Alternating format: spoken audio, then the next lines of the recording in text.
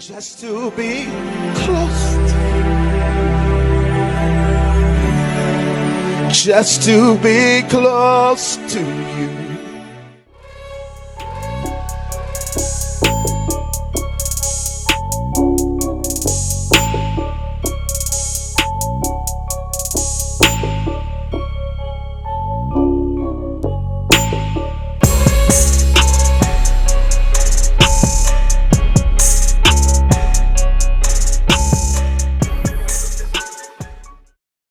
One night in 2008, the Lord sends an angel to me for a checkup in a dream.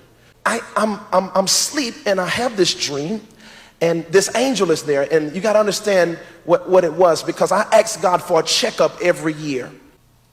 And because I've had so many face-to-face visitations from Jesus, angels, since the time that I was 19 years old and had an experience. I was a 19-year-old young man. And that night, I was immediately, like that, sucked out of my body. I remember I was 19 years old, wanted to marry this person. And immediately, I was in heaven. Then the angel walked up to me and said, if you marry her. Now, I thought she was a good lady. He said, if you marry her, your life will be a disaster and you'll mess up the special ministry in your life. I was 19 years old. I didn't even know I had a special ministry.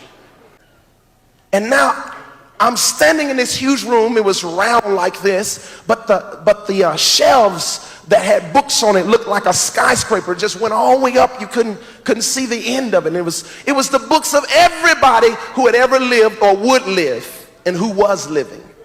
It was their whole life written down in the book before they were even born by God. The angel chuckled. He says, get away from over there and come here. So in 2008, this angel is sent to me, and he gives me a message, a checkup. He says, it takes God 18 to 20 years to raise up a true leader. In 2008, it was my 18th year. He looked at me, he says, you did not make it. And I got sad. He says, but don't be sad. He says, no man has ever made it in 18 years. Only Jesus. And then he says, because of the fall of Adam, it takes an extra 2 years for every normal man. God is not with you in a certain way right now because you haven't finished a 20-year process. But he came back years later and said, David, I'm sorry for me not understanding your ministry. He says, you have a beautiful ministry. He says, I didn't realize it. I said, I didn't either. I saw how God was using me to raise the dead. I was 17, 18 years old, walking in the gifts of the Spirit, doing miracles, signs and wonders. I see a lot of these young prophets coming on the scene today, and a lot of these fathers are pushing them because they got a strong gift. That don't mean they're ready. And see, the church hypes all that stuff up because, oh, did you see that gift? That don't mean they're ready. But we are forsaking the ancient path because we want fame and we want the limelight. We want to be seen. And that's why most of the ministries on the scene today don't last long.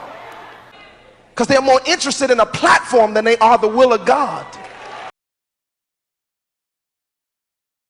And this is what these young preachers are doing today. They think because they have a strong gift and they get national notoriety.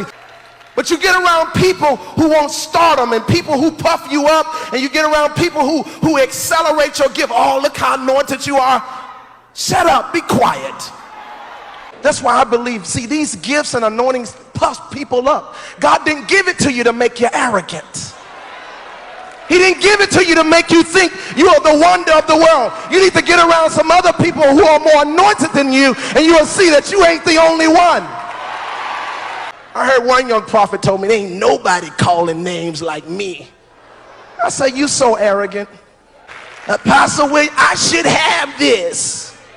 Did you see how God used me? That don't mean nothing. Sit down. Be quiet. But you need to stay submitted to leadership.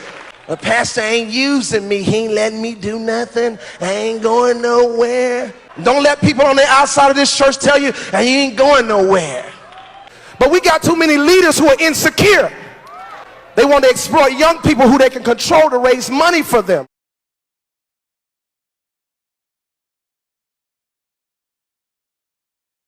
Come on, y'all ain't talking to me. But they ain't recognizing the new generals that's coming. And then in 1990, a new Christian TV station, rated TBN. And then people you never heard of comes on the scene. From 1990 to 2010 is how many years? Which lets us know if the new move of God is starting in 2010, that means that every time God raises up new generals, there's a shift. And God is raising up new generals. And your pastor is one of them. I'm in the house now. I'm saying, Lord, where is this in the Bible? Because I've never heard this. This is not something I went to seminary school to learn.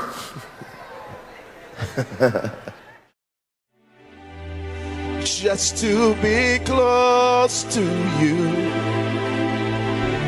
is my desire.